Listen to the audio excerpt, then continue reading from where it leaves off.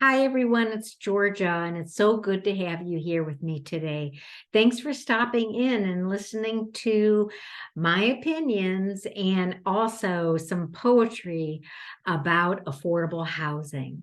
Now, I come from the subject of affordable housing from a couple of different lenses. The first is my ambitions to really delve into the creation of sustainable communities.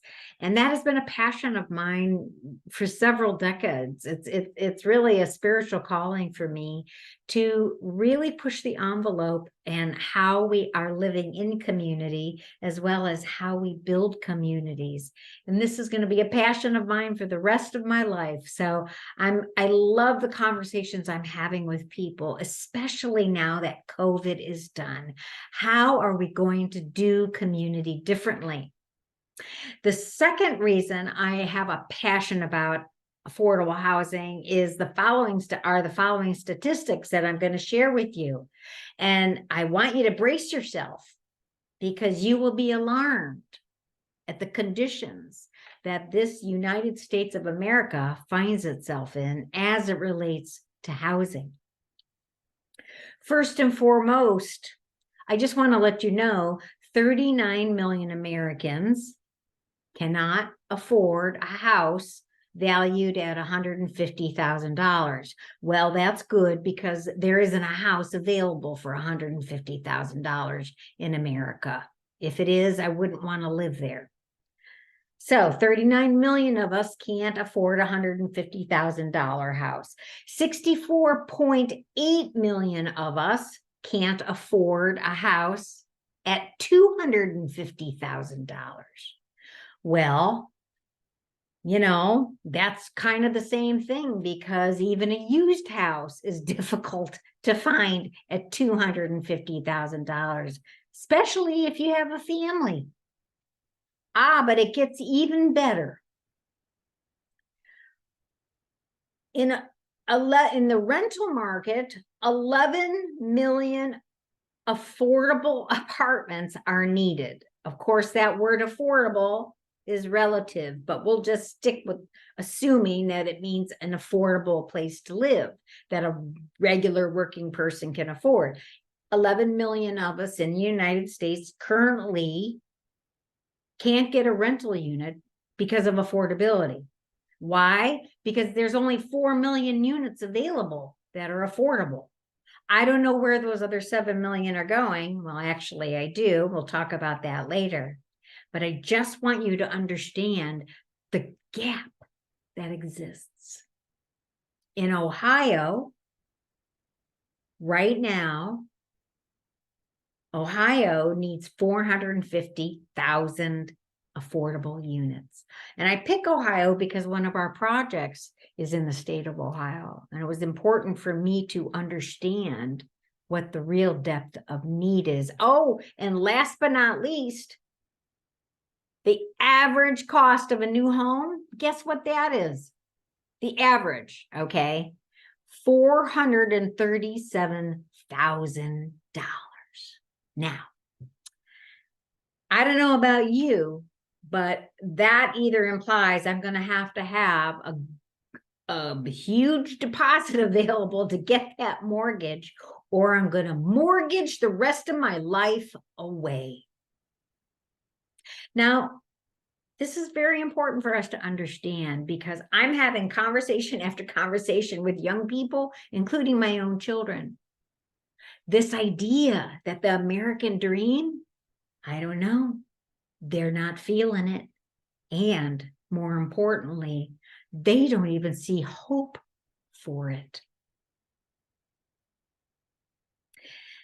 I think all of this is to say that we have some realities that we as citizens have to determine if they are important for the future of our society. And making housing affordable and figuring out new ways to do housing and make it affordable is part of that strategy. Now, the third reason why I have a passion about housing and homelessness is because I myself have had actually several homelessness experiences. Although I never slept on the street, so to say, I was what they call housing insecure. One time I was housing insecure and was able to find somebody willing to help me and bear with me as I got myself on solid ground after a decade-long major illness.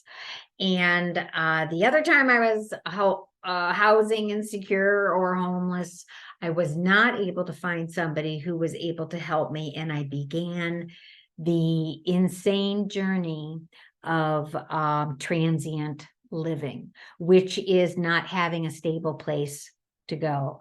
And within about an 18-month period, believe it or not, I slept in 32 beds alone. And I laugh about it now, but let me tell you, there is nothing stable about worrying where you're going to sleep next week. I can't even begin to tell you the agony of not knowing if you have basic stability.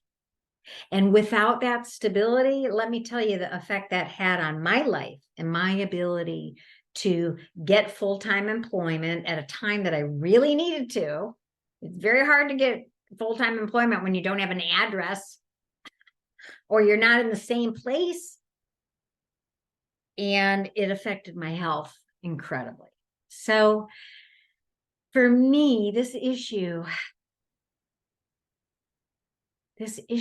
is life or death, quite honestly, because especially since I had some living experiences I would never want to repeat. However, I'm quite wise now. I just don't want to go through it again, and I don't want anybody else to face that level of fear. There's a lot to be said about what you can learn in hard experiences, right? You know, people always say it's in the hard things that we learn. Well, I contend that life is hard in general, and I don't really need to add homelessness into the mix, and it makes it even doubly hard for people. So with that being said, those are the reasons why homelessness and housing affordability is one of my priorities. Obviously, I'm passionate about it. So the reason why I believe we have the problem we have is obvious. Okay. My poem that I will be speaking in Washington, D.C.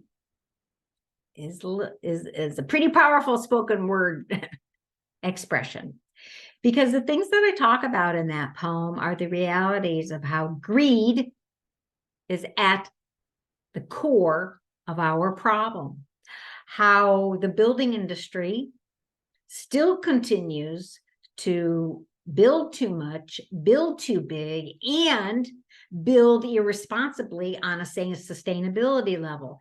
So not only are we building too much house, but we are hurting the environment, i.e., the economy, because of the way that we build and use materials. The other thing is there is a lack of creativity overall. I mean, how we build communities, the whole gated community concept, how we are living in cohabitation with one another. We really have an outdated European model of community building. And it's time to stretch into some new ways. I'm not talking about, the hippie communities. However, if that's your thing, go for it. But I'm talking about innovation. We are lacking innovation in the industry because of greed.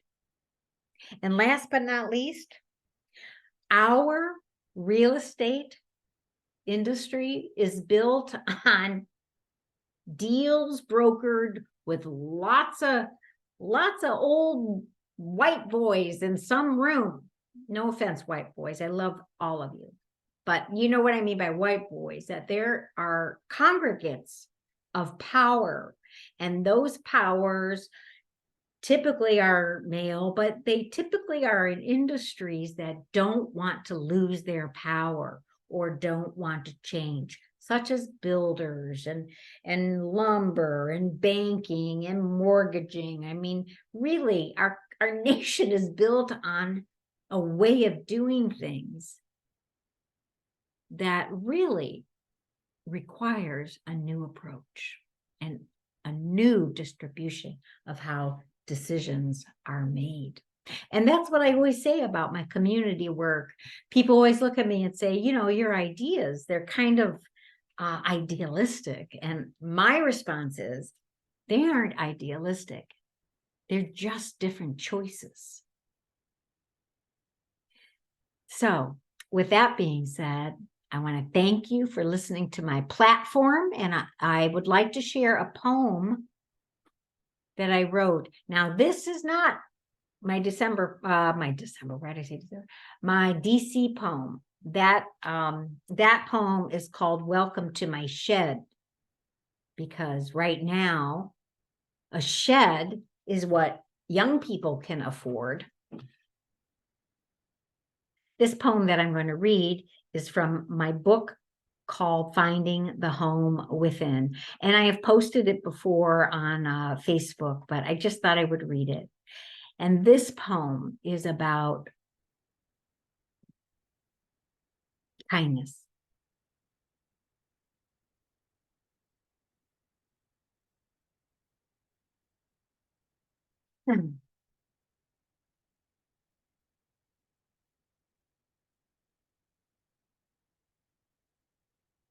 The Angel and Saint Francis. There is a woman who helped me. She was my shower of unconditional love. She gave me housing for a long time. She paid the utility bills for a long time.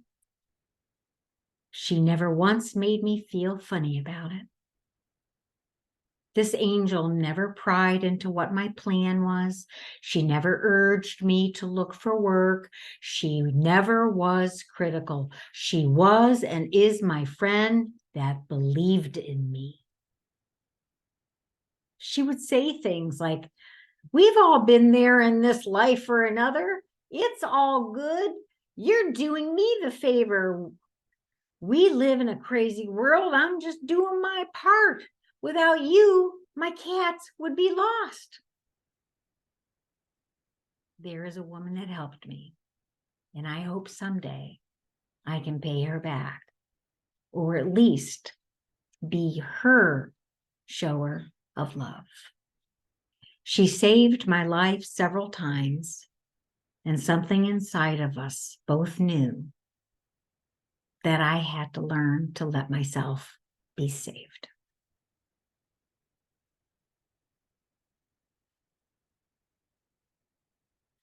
This person that helped me, all I can do sometimes is just send her waves of love, because most people don't help homeless people. They just don't. They don't want to be reminded of their own vulnerabilities. So I made a promise to myself, actually just recently, that I would always carry $10 in my bag. And I would always carry a couple of food items in my car. And Every time I saw one of those people sitting on the corner highway, I was just going to give it to them and not ask any questions. Because I don't know their story. I don't need to judge them. What they needed, what they need now is love.